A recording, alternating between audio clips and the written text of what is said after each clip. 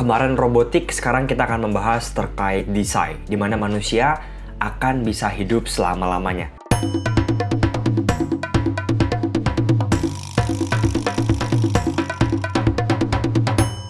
Halo semua, selamat malam. Selamat datang di channel saya Pace Crypto. Hari ini saya akan melanjutkan video saya, dua narasi yang paling saya suka, dua kandidat narasi sebetulnya, untuk bull market kripto tahun ini, kawan-kawan. Lebih spesifiknya mungkin beberapa bulan mendatang, kawan-kawan, oke? Jadi, kemarin kita bahas video terkait robotik, silahkan tonton video saya sebelumnya. Hari ini saya pengen membahas terkait desain, terkait dengan sains. Sebetulnya desain di sektor ini lebih spesifiknya adalah ke biologi, kawan-kawan, ya, ataupun ke kesehatan manusia, kawan-kawan, oke? Ya, kawan-kawan, mari kita langsung masuk ke dalam videonya. Oke, ini yang kemarin, ya. Ini merupakan alpha untuk desain yang saya kurasi mandiri, kawan-kawan. Silakan jika teman-teman mungkin memiliki beberapa tambahan untuk membantu teman-teman yang lain, oke? Yang pertama, desain, narasi yang bagi saya sangat baik sekali. Sekarang, pernah bermain 2 kali, kawan-kawan, ya. Kalau nggak salah pada akhir tahun 2023 dan juga kuartal 2, kuartal 3 2024. Pernah ada money flow yang cukup kencang di sana. Nah, sekarang tidak ada money flow kesini sama sekali, tapi ada beberapa pertanda. Yang pertama, BIO itu tokennya sudah mulai naik lumayan signifikan kalau saya perhatikan. Nah, bagi saya pribadi, desain ini membutuhkan katalis ataupun attention yang besar, kawan-kawan, ya. Sebetulnya so far belum ada, kawan-kawan. Kita butuh trigger, kawan-kawan, ya. Trigger untuk memulai narasi ini. Mungkin trigger paling logis adalah yang pertama, Bio Protocol PAM. Karena Bio Protocol adalah kiblat dari semua narasi di sini, oke? Mungkin narasi di dunia nyata yang dapat men-trigger narasi desain. Kalau beberapa narasi ini muncul, kawan-kawan, silahkan bagi saya dapat men-trigger narasi desain untuk bermain. Yang pertama, terkait dengan pengeditan gene ataupun CRISPR. Sebetulnya ada beberapa ya, kawan-kawan, sekarang seperti misalnya ada serigala kuno yang sudah punah dibangkitkan kembali, sama seperti dinosaurus yang dibangkitkan kembali dan sebagainya, oke? Jadi, sebetulnya lebih baik adalah di manusia, kawan-kawan, ya. Ya, walaupun kalau Anda perhatikan terkait dengan CRISPR ini, sebetulnya Cina sudah dapat melakukannya, sudah dapat mengaplikasikannya pada manusia, kawan-kawan. Tapi ini semua terbatas oleh satu hal saja, yaitu moral, kawan-kawan, oke? Berikutnya, tersembuhkannya sebuah penyakit. Ya, teman-teman yang belum tahu, CEO dari Google DeepMind mengatakan bahwa penyakit pada manusia akan dapat disembuhkan dalam 10-15 tahun mendatang, kawan-kawan. Ini prediksi yang bold dan bagi saya pribadi realistis, ya. Berikutnya, isu terkait pola hidup dan juga diet yang sekarang sangat naik banget, kawan-kawan. Banyak banget datanya. Berikutnya, kebencian akan kematian yang dipimpin oleh Brian Johnson. Brian Johnson ini adalah orang paling top lah, kawan-kawan, ya, untuk masalah desain, longevity, biologi, kesehatan, dan sebagainya sekarang.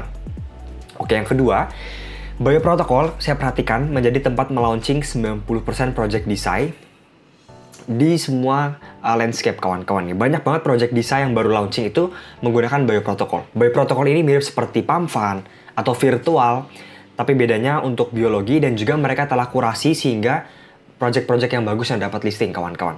Berikutnya sebetulnya apa yang menarik, di mana siapa yang dibalik Bio Protocol ini, yaitu adalah orang yang mendirikan dan juga melaunching Prime Intellect kemarin, kawan-kawan. Intinya apa itu Prime Intellect? Prime Intellect ini adalah suatu model AI yang besar sekali, yang open source. Kita pun dapat berkontribusi, kawan-kawan, di sana, ya, untuk melatih AI kita. Intinya ini besar sekali, bukan di dunia kripto, ya, tapi di seluruh dunia open science, kawan-kawan. Anda boleh baca lebih lanjut terkait Prime Intellect, bahkan Bio Protocol juga nyumbang beberapa daya komputasinya ke Prime Intellect, setahu saya. Berikutnya, Research Hub juga baru launching kemarin, kan, kalau nggak salah.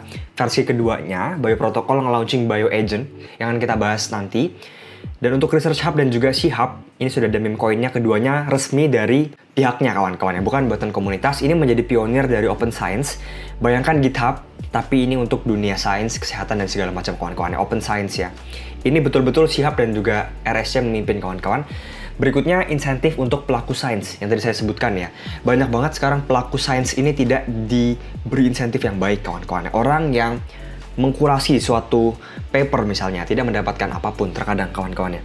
Berikutnya, orang yang sudah berkontribusi ngupload paper dia secara gratis ke publik tidak mendapatkan insentif apapun. Nah, hal ini di-solve oleh RSC, kawan-kawan. Oke, berikutnya MyCoDAO. Ini proyek yang menarik bagi saya, ada dua sebetulnya, MyCoDAO dan juga SpineDAO.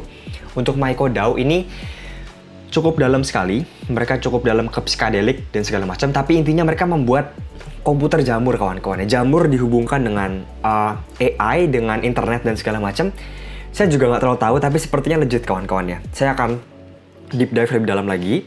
Berikutnya ada spine down nih, dibuat oleh 30 spine surgery terbaik di dunia kawan-kawan. Intinya siapa yang mendirikan project ini jelas sangat legit sekali. Mereka akan membantu mendokumentasi beberapa data-data di desain, terutama di spine, untuk dijadikan AI kawan-kawan ya. Intinya akan di training ke AI untuk lebih mudah nanti kawan-kawan ya. Oke. Berikutnya untuk di dunia nyata juga ada AlphaFold dari Google dan juga Evo 2 dari Nvidia. Ini merupakan LLM terkuat untuk biologi sains sekarang kawan-kawan. Berfokus pada dua hal, gen dan juga protein folding. Ini sebetulnya dua hal yang betul-betul sangat menjadi concern di dunia open science sekarang, gen dan juga protein folding kawan-kawan. Karena jika kita sudah bisa memahami, berikutnya memodifikasi gen dan juga protein folding, saya rasa semuanya akan berubah kawan-kawan ya. Mungkin manusia bisa hidup sangat lama sekali dan segala macam, oke? Sama seperti Google DeepMind tadi ya. Berikutnya Google DeepMind vokal dan sangat fokus di bidang bioscience. Berikutnya Don't Die adalah cult terkuat terkait bioscience. Paradigma di mana kematian adalah suatu penyakit kawan-kawan ya. Jadi cult ini gila sekali, mereka memiliki pola pandang bahwa kematian adalah suatu penyakit yang dapat dihindari kawan-kawan. Dan pemimpin cult ini adalah Brian Johnson tadi kawan-kawan. Dan ada meme coinnya juga, nggak resmi sebetulnya, tapi saya rasa ini sebetulnya adalah cult paling kuat. Sama seperti di awal hype AI, itu ada cult AI terkuat, ada Genon, ada EACC dan segala macam. Saya rasa Desai memiliki cult yang sangat kuat juga di dunia nyata. Berikutnya ada Jiankui Hui, ini merupakan saintis dari Cina sebetulnya.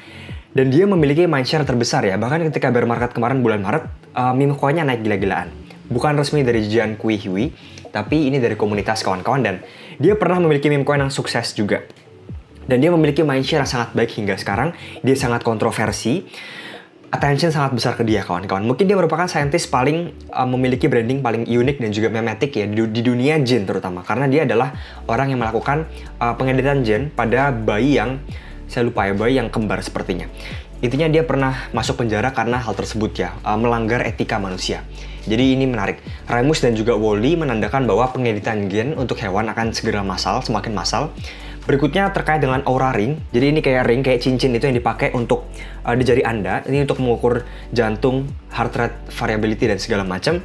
Ini salesnya menggila kawan-kawan. Ada datanya kawan-kawan. Sangat naik sekali, luar biasa. Dan sebetulnya kita memiliki Project Depin, ring juga sama.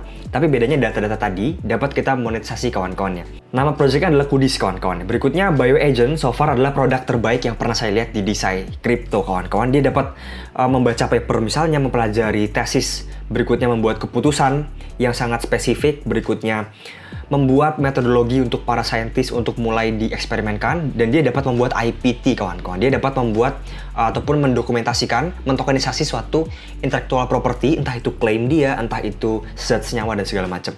Ini bagi saya adalah produk yang sangat besar sekali, tapi belum meluncur dari Bio Protocol. Ini bagi saya merupakan katalis terbesar dari Bio Protocol.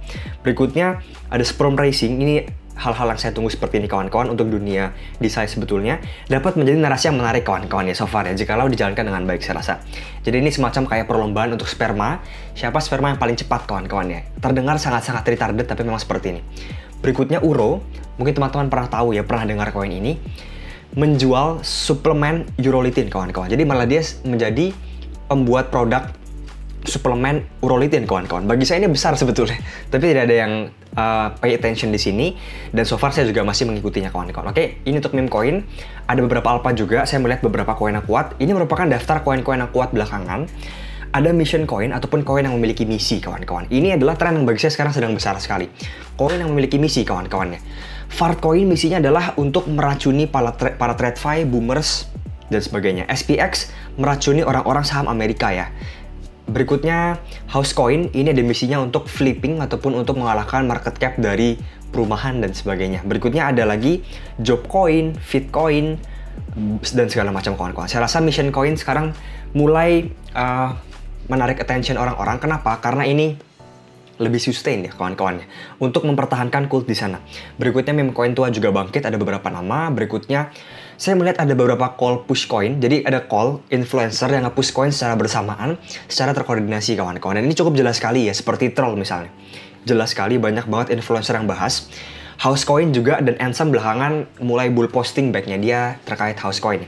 Dan juga beberapa kabelnya terlihat sekali mereka nge-call secara bersamaan. Berikutnya Trencher juga sama, RFC juga sama. RFC lebih ke kabel kawan-kawan ya. Berikutnya Launchpad seperti Bong dan juga AI16Z lagi viral belakangan.